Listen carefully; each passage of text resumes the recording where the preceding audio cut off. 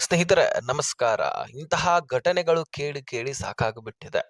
ಮನುಷ್ಯ ಮನುಷ್ಯನ ರೂಪದಲ್ಲಿನೇ ಇಲ್ಲ, ರಾಕ್ಷಸ ರೂಪದಲ್ಲಿದ್ದಾನೆ ಎಂದು ಅನಿಸ್ಬಿಡತ್ತೆ. ಯಾಕೆ ನಾನು ಈ ಪೀಠಿಕೆ ಹಾಕ್ತಾ ಇದ್ದೀನಿ ಅಂದ್ರೆ, ಒಂದ್ ಸ್ವಲ್ಪ ನಿಮಗೆ ಕತೆ ಹೇಳ್ತೀನಿ ಕೇಳಿ. ಈ ಸ್ಟೋರಿಯ ಹಿಂದಿರತಕ್ಕಂತಹ ಮಾಹಿತಿ. ಸ್ನೇಹಿತರೆ, 2 ಅದ್ದೂರಿಯಾದಂತಹ ಕುಟುಂಬ, ಶ್ರೀಮಂತ ಕುಟುಂಬ, ನೂರಾರು ಕೋಟಿ ಆಸ್ತಿಗಟ್ಟನ್ನ ಹೊಂದಿರತಕ್ಕಂತಹ ಕುಟುಂಬ. ರಿಯಲ್ ಎಸ್ಟೇಟು ಅದು ಇದು ಬಿಸ್ನೆಸ್‌ಗಳು ಈ ರೀತಿ ಒಂದು ಅದ್ದೂರಿಯಾದಂತಹ ಕುಟುಂಬ ರಾಜಸ್ಥಾನದ ಉದಯಪುರದಲ್ಲಿ 18 ಕೋಟಿ ರೂಪಾಯಿ ಕೊಟ್ಟು ವೆಚ್ಚ ಮಾಡಿ ಮದುವೆಯ ಬುಕಿಂಗ್ ಮಾಡಿರ್ತಾರೆ. ಜೊತೆಗೆ 2 ವಿಮಾನಗಳನ್ನ ಸಂಬಂಧಿಕರನ್ನ ಕರೆದೊಯ್ಯಲು ಖರೀದಿ ಮಾಡಿರ್ತಾರೆ. ಸೊ ಇಂತಹ ಅದ್ದೂರಿಯಾದಂತಹ ಕುಟುಂಬಗಳು ಈ ಕಡೆ ಹುಡುಗಂದ್ ಹೇಗೆ ರೀಚ್ ಪಾರ್ಟಿನೋ ಈ ಕಡೆ ಹುಡುಗಿಯದು ಕೂಡ ಹಾಗೆ ರೀಚ್ ಪಾರ್ಟಿ. ಸೊ ರಾಜಸ್ಥಾನದಲ್ಲಿ ಬುಕಿಂಗ್ ಕೂಡ ಮಾಡಿರ್ತಾರೆ. ಇವ್ರದ್ದು ಎಂಗೇಜ್ಮೆಂಟ್ ಫೆಬ್ರವರಿನಲ್ಲಿ ಆಗಿರತ್ತೆ. ಜೊತೆಗೆ ಇವ್ರದ್ದು ಮದುವೆ ನವೆಂಬರ್ ತಿಂಗಳಲ್ಲಿ ಇರತ್ತೆ. ಈಗಾಗಲೇ ಬುಕಿಂಗ್ ಕೂಡ ಆಗಿರತ್ತೆ. ಸೊ ಈ ಒಂದು ಸಂದರ್ಭದಲ್ಲಿ ಆ ಹುಡುಗ ಆಕಸ್ಮಿಕವಾಗಿ ಸಾವನ್ನಪ್ಪಿಬಿಡ್ತಾನೆ. ಸೊ ಹಾಗಾದ್ರೆ ಆತನ ಆಕಸ್ಮಿಕವಾಗಿ ಸಾವನ್ನಪ್ಪಿರೋದ ಅಥವಾ ಕೊಲೆನಾ, ಈ ರೀತಿ ಡೌಟ್ ಬಂದ್ಬಿಡತ್ತೆ ಪೊಲೀಸರಿಗೆ. ಹಾಗಾದ್ರೆ ಘಟನೆ ಆಗಿರೋದನ್ನ ವಿವರಿಸ್ತಾ ಹೋಗ್ತೀನಿ, ಕೊನೆವರೆಗೂ ವಾಚ್ ಮಾಡಿ. ಯಾಕಂದ್ರೆ ಇಂತಹ ಘಟನೆಗಳು ಬಹಳಷ್ಟು ಈಗ ಕೇಳಿ ಬರ್ತಾ ಇದೆ. ಮನುಷ್ಯನ ರೂಪದಲ್ಲಿ ಇಲ್ಲ ಅಂತ ಅನಿಸ್ಬಿಡ್ತಾ ಇದೆ. ನೋಡಿ, ಲೋಹಗಡೆ ಕೋಟೆಯಲ್ಲಿ 400 ಅಡಿ ಆಳದಲ್ಲಿ ಬಿದ್ದು ಸಾವನ್ನಪ್ತಾನೆ ಈ ಕೇತನ್. ಆ ಹುಡುಗನ ಹೆಸರು ಕೇತನ್ ವಿಶಾಲ್ ಅಗರ್ವಾಲ್ ಅಂತ. ಇನ್ನು ಆಕೆ ಹುಡುಗಿಯ ಹೆಸರು ಶ್ರಿಯಾ ಗೋಯಲ್. ಮಧ್ಯಪ್ರದೇಶದ ಇಂದೋರಿನವರಿವರು. ಸೊ ಇವರಿಬ್ಬರದು ಕೂಡ ರೀಚ್ 40. ಹೀಗಾಗಿ ಮನೆಯಲ್ಲಿನೇ ಸಂಬಂಧ ಬೆಳೆಸ್ಬಿಡ್ತಾರೆ. ಯಾಕಂದ್ರೆ ನಿಮಗೆ ಗೊತ್ತಿದೆ, ಬಿಸಿನೆಸ್ ಹಾಗೆ ದೊಡ್ಡ ದೊಡ್ಡ ಮನೆತನದವರು ಹುಡುಗ ಹುಡುಗಿಯರಿಗೆ ಹೆಚ್ಚಾಗಿ ಕೇಳೋದಿಲ್ಲ. ಸೊ ಮನೆಯವರೇ ಬಿಸಿನೆಸ್ ಮ್ಯಾನ್ಗಳು ಮಾತನಾಡಿಕೊಂಡು ಎಲ್ಲವೂ ಕೂಡ ಫಿಕ್ಸ್ ಮಾಡಿ ಆಕಸ್ಮಿಕವಾಗಿ ಎಂಗೇಜ್ಮೆಂಟ್ ಅನ್ನ ಏರ್ಪಾಟ್ ಮಾಡ್ತಾರೆ. ಅದಕ್ಕೆಲ್ಲದಕ್ಕೂ ಕೂಡ ಇವರು ಒಪ್ಪಲೇಬೇಕಾಗತ್ತೆ, ಬೇರೆ ಆಪ್ಷನ್ ಇರೋದಿಲ್ಲ. ಯಾಕಂದ್ರೆ ರಿಜೆಕ್ಟ್ ಮಾಡ್ಲಿಕ್ಕೆ ಯಾವುದೇ ಕಾರಣ ಇರೋದಿಲ್ಲ. ಸೊ ಹೀಗಾಗಿ ಒಪ್ಕೊಳ್ತಾರೆ, ಹುಡುಗಿಯೂ ಕೂಡ ಒಪ್ಕೊಳ್ತಾಳೆ. ಸೊ ಹೀಗಾಗಿ ಎಂಗೇಜ್ಮೆಂಟ್ ಫೆಬ್ರವರಿ ಇಲ್ಲಿ ನಡೆಯುತ್ತೆ. ನವೆಂಬರ್ ನಲ್ಲಿ ಈ ತರ ಮದುವೆ ಕೂಡ ಇರುತ್ತೆ. ಅದಕ್ಕಾಗಿ ಎಲ್ಲ ಏರ್ಪಾಟ್ ಕೂಡ ನಡೆದಿರುತ್ತೆ. ಈ ಸಿಚುವೇಶನ್ ಅಲ್ಲಿ ಹುಡುಗಿ ಕೂಡ ಒಂದ್ ಸ್ವಲ್ಪ ತಿರುಗಾಡುವಂತಹ ಒಂದು ಪ್ರವೃತ್ತಿ ಹೊಂದಿರತಕ್ಕಂಥವಳು. ಸೊ ಹೀಗಾಗಿ ಇಂಡೋನೇಷಿಯಾದ ಬಾಲಿಗೆ ಹೋಗಬೇಕಂತ ಪ್ಲಾನ್ ಮಾಡ್ತಾರೆ. ಅಲ್ಲಿ 4 ಜನ ಕಾರ್ನಲ್ಲಿ ಕೂತ್ಕೊಂಡು ಹೋಗ್ತಿರ್ತಾರೆ. ಆದ್ರೆ ಹುಡುಗನ ಪಾಸ್ಪೋರ್ಟೇ ಇರೋದಿಲ್ಲ. ಹೋಗ್ತಾ ನೋಡಿದ್ರೆ ಕಳು ಆಗ್ಬಿಟ್ಟಿರುತ್ತೆ. ಹೀಗಾಗಿ ರಿಟರ್ನ್ ಬರ್ತಾರೆ. ಆ ಸಂದರ್ಭದಲ್ಲಿ ಈ ಲೋಹಗಡ ಕೋಟೆಗೂ ಕೂಡ ಮೊದಲನೇ ಸಾರಿ ಹೋಗ್ತಾರೆ. ಆ ಸಂದರ್ಭದಲ್ಲಿ ಹುಡುಗನಿಗೆ ಟ್ರಕ್ಕಿಂಗ್ ಬರ್ತಿರತ್ತೆ. ಹಾಗಾಗಿ ಕಾಲು ಜರಿವಿ ಬೀಳ್ತಾನೆ. ಆ ಸಂದರ್ಭದಲ್ಲಿ ಗಿಡವನ್ನ ಹಿಡ್ಕೊಂಡು ಮತ್ತೆ ಮೇಲೆ ಕೇರಿ ಬರ್ತಾನೆ. ಸೊ ಹೀಗಾಗಿ ಒಂದು ಸಾರಿ ಉಳ್ಕೊಂಡಿರ್ತಾನೆ. ಆದ್ರೆ ಹುಡುಗಿಯ ಬರ್ತ್ಡೇ ಇರತ್ತೆ 18ನೇ ತಾರೀಕು. ಸೊ ಜೂನ್ 18ನೇ ತಾರೀಕು ನಡೆದಿರ್ತಕ್ಕಂತಹ ಘಟನೆ ಇದು. ಆಕೆಯ ಬರ್ತ್ಡೇ ಇರತ್ತೆ. ಆ ಸಿಚುವೇಶನ್ ಅಲ್ಲಿ ಲೋಹಗಡ ಕೋಟೆಗೆ ನಾವು ಹೋಗಬೇಕು ಅಂತ ಹೇಳ್ಬಿಟ್ಟು ಒತ್ತಾಯವನ್ನ ಮಾಡ್ತಾಳಂತೆ.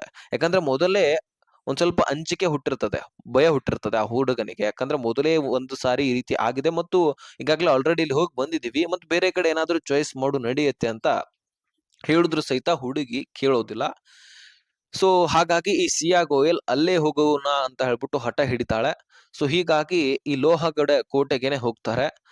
ಈ ಜೂನ್ 18ನೇ ತಾರೀಕು ಮಾಹಿತಿ ತಿಳಿದು ಬರುತ್ತೆ. 400 ಅಡಿ ಆಳದಲ್ಲಿ ಬಿದ್ದು ಹುಡುಗ ಕೇತನ್ ಸಾವನ್ನಪ್ಪಿದ್ದಾನೆ ಅಂತ.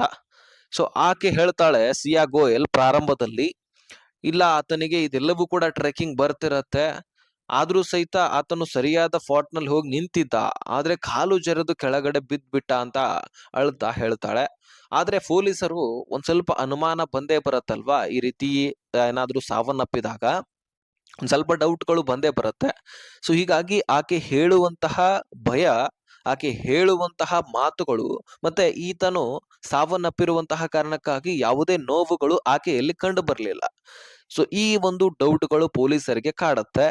ಮತ್ತು ಈಕೆ ಪೋಸ್ಟ್ ಇನ್ಸ್ಟಾದಲ್ಲಿ ಆಗಿರ್ಲಿ, ಸೋಷಿಯಲ್ ಮೀಡಿಯಾದಲ್ಲಿ ಪೋಸ್ಟ್ ಗಳನ್ನು ಕೂಡ ಹಾಕಿರ್ತಾರೆ. ನನ್ನ ಹುಟ್ಟು ಹಬ್ಬದಂದು ನೀವು ನನ್ನನ್ನ ತೊರೆದಿದ್ದೀರಿ, ನಾವು ಮದುವೆ ಆಗಲು ತುಂಬಾ ಹತ್ತಿರವಾಗಿದ್ದೀವಿ, ಆದ್ರೆ ನೀವು ಇಂತಹ ಸಮಯದಲ್ಲಿ ನನ್ನನ್ನ ಬಿಟ್ಟು ಹೋದಿರಿ, ಯಾಕೆ ಈ ರೀತಿ ಮಾಡಿದಿರಿ, ಹಾಗೆ ಹೀಗೆ ಅಂತ ಪೋಸ್ಟ್ ನಲ್ಲಿ ಈ ಸ್ಟೋರಿಗಳಲ್ಲಿ ಸೋಷಿಯಲ್ ಮೀಡಿಯಾಗಳಲ್ಲಿ ತನ್ನ ಅಭಿಪ್ರಾಯವನ್ನ ನೋವನ್ನ ಹಂಚಿಕೊಂಡಿದ್ಳು. ಸೊ ಆದ್ರೆ ಆಕೆ ಮಾತನಾಡುವಂತಹ ಶೈಲಿ, ಆಕೆ ಅಳುವಂತಹ ಶೈಲಿ ಎಲ್ಲದರಲ್ಲಿ ಚೇಂಜಸ್ ಅನ್ನ ಪೊಲೀಸರು ಆಗ್ಲೇ ನೋಡಿದ್ರು. ಆದ್ರೆ ಅದೇ ದಿನ ಒಬ್ಬ ವ್ಯಕ್ತಿ CCTVಯಲ್ಲಿ ಕಾಣಿಸ್ತಾನೆ.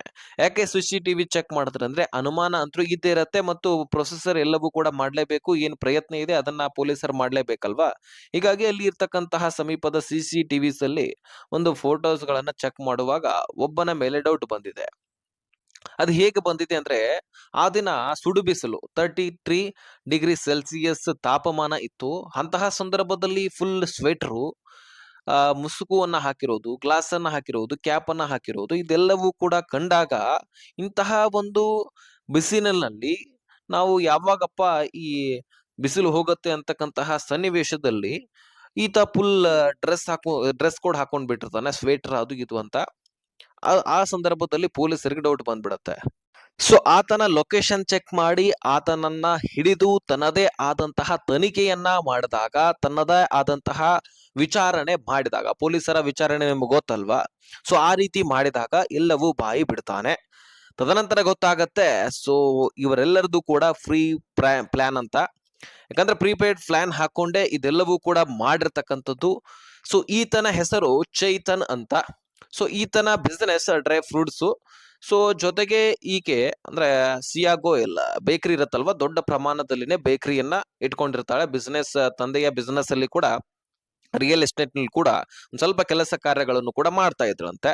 ಸೊ ಹಾಗಾಗಿ ಇಬ್ಬರದು ಕೂಡ ಸ್ನೇಹ ಬೆಳೆಯುತ್ತೆ. ಡ್ರೈ ಫ್ರೂಟ್ಸ್ ಮತ್ತು ಬೇಕರಿ ಇರುವಂತಹ ಸಂದರ್ಭದಲ್ಲಿ ಸ್ನೇಹ ಆಗ್ತಾ ಆಗ್ತಾ ಅದು ಜೊತೆಗೆ ಪ್ರೀತಿ ಆಗಿ ಬಿಡತ್ತೆ. ಸೊ ಸುಮಾರು 1 ವರ್ಷದಿಂದ ಇವರ ನಡುವೆ ಪ್ರೀತಿ ಇತ್ತಂತೆ. ಆದ್ರೆ ಇವರ ಮಧ್ಯದಲ್ಲಿ ಬಂದಿರೋದು ಈ ಕೇತನ್. ತಾನಾಗಿನೇ ಏನ್ ಬಂದಿಲ್ಲ, ತಂದೆ ತಾಯಿಯರು ಚೂಸ್ ಮಾಡ್ಕೊಂಡು ಫಿಕ್ಸ್ ಮಾಡಿರ್ತಕ್ಕಂತಹ ಮದುವೆ ಇದು. ಅವ್ರಿಗೂ ಕೂಡ ಗೊತ್ತಿರ್ಲಿಲ್ಲ ಪ್ರಾರಂಭದಲ್ಲಿ. ತದನಂತರ ದಿಢೀರನೆ ಒಪ್ಕೊಳ್ಬೇಕಾಗತ್ತೆ, ಬೇರೆ ನಿರ್ಧಾರವನ್ನ ತೆಗೆದುಕೊಳ್ಳಿಕ್ ಆಗೋದಿಲ್ಲ. ಹೀಗಾಗಿ ಒಪ್ಕೊಳ್ತಾರೆ. ಈ ಗೋಯಲ್ಗೆ ಮನೆಯಲ್ಲಿ ಹೇಳಿದ್ರೆ ಈ ಚೇತನ್ ಅವರು ಅಷ್ಟೊಂದು ಶ್ರೀಮಂತನೇನಿಲ್ಲ, ಬಡ ಕುಟುಂಬ ಅಂದ್ರೆ ಮೀಡಿಯಂ ರೇಂಜ್ ನ ಕುಟುಂಬದವನು. ಸೊ ಹೀಗಾಗಿ ಆ ಅಭಿಪ್ರಾಯವನ್ನ ವ್ಯಕ್ತಪಡಿಸಿದ್ರು ಸಹಿತ ಮನೆಯವರು ಒಪ್ಪೋದಿಲ್ಲ.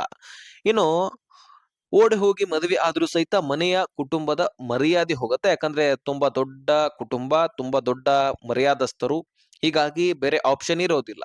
ಆದರೆ ಇವರ ಮಧ್ಯೆ ಬಂದಿರತಕ್ಕಂತಹ ವ್ಯಕ್ತಿ ಕೇತನ್, ಈತನನ್ನ ನಾವು ಮುಗಿಸಿ ಬಿಟ್ರೆ ತದನಂತರ ಸ್ವಲ್ಪ ದಿನದ ನಂತರ ಸಿಂಪತಿ ಕ್ರಿಯೇಟ್ ಮಾಡಿಕೊಂಡು ನಮ್ಮ ವಿಚಾರವನ್ನ ಪ್ರಸ್ತಾಪಿಸಿ ಹೇಗೋ ಹೀಗೋ ಒಪ್ಪಿಸಿ ಮದುವೆ ಆದ್ರೆ ಆಯ್ತು. ಯಾಕಂದ್ರೆ ಈಗಾಗಲೇ ಎಂಗೇಜ್ಮೆಂಟ್ ಆಗಿರತ್ತೆ, ಆದ್ರೂ ಸಹಿತ ಆ ಹುಡುಗ ತೀರ್ ಹೋಗಿರ್ತಾನಲ್ವಾ, ಇದೇ ಒಂದು ಸಂತಾಪದಲ್ಲಿ ನಾವು ಹೇಳಿದ ಮಾತನ್ನ ಒಪ್ಕೊಳ್ತಾರೆ ಅನ್ನುವಂತಹ ರೀತಿಯಲ್ಲಿ ಇವರ ಅಭಿಪ್ರಾಯವಿತ್ತು.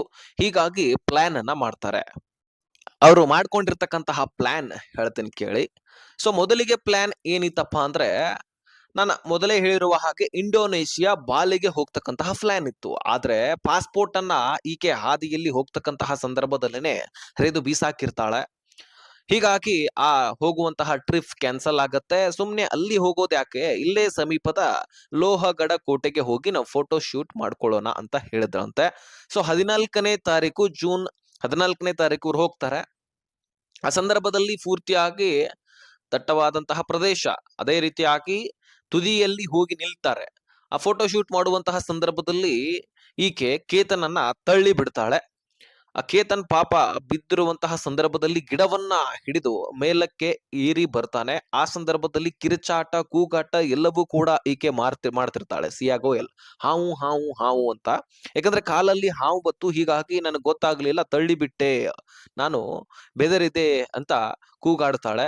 ಅಷ್ಟರಲ್ಲಿನೇ ಅಲ್ಲಿರ್ತಕ್ಕಂತಹ ಕೇತನ್ ಮೇಲೆ ಎದ್ದು ಬಂದು ಆತನಿಗೆ ಸಾಕಷ್ಟು ಜನ ಸಹಾಯ ಕೂಡ ಮಾಡ್ತಾರೆ. ಇದು ಬಂದಾಗ ಆತನಿಗೆ ನಿಷ್ಕಲ್ಮಶ ಪ್ರೀತಿ ಇರತ್ತಲ್ವಾ, ಕುರುಡು ಪ್ರೀತಿ ಅಂತ ಹೇಳಬಹುದು. ಈ ಸಂದರ್ಭದಲ್ಲಿ ಈ ರೀತಿ ಬಹಳಷ್ಟು ಕಡೆ ನಡೀತಾ ಇದೆ. ಪ್ರೀತಿ ಅನ್ನೋದೇ ಮರೆತು ಬಿಟ್ಟಿದ್ದಾರೆ. ಪ್ರೀತಿ ಪುಸ್ತಕದ ಬದನೆಕಾಯಿ ಇದು ನಿಜ ಕೂಡ ಆಗ್ತಾ ಇದೆ. ಈ ಪ್ರೀತಿ ಅನ್ನೋದು ಬರೀ ಹುಡುಗಾಟ, ಚಲ್ಲಾಟ ಈ ರೀತಿ ಮಾತ್ರ ಈಗ ಅನಿಸ್ತಾ ಇದೆ. ಮನುಷ್ಯ ರಾಕ್ಷಸನು ಕೂಡ ಈ ಪ್ರೀತಿಯಲ್ಲಿ ಆಗ್ತಾ ಇದ್ದಾನೆ ಅಂತ ಅನಿಸ್ಬಿಡ್ತಾ ಇದೆ ಇಂತಹ ಘಟನೆಗಳು ನಡೆದಾಗ. ಸೊ ಆ ಕೇತನ್ಗೆ ಕುರುಡು ಪ್ರೀತಿ ಇತ್ತು, ಹೀಗಾಗಿ ನಂಬಿಬಿಡ್ತಾನೆ.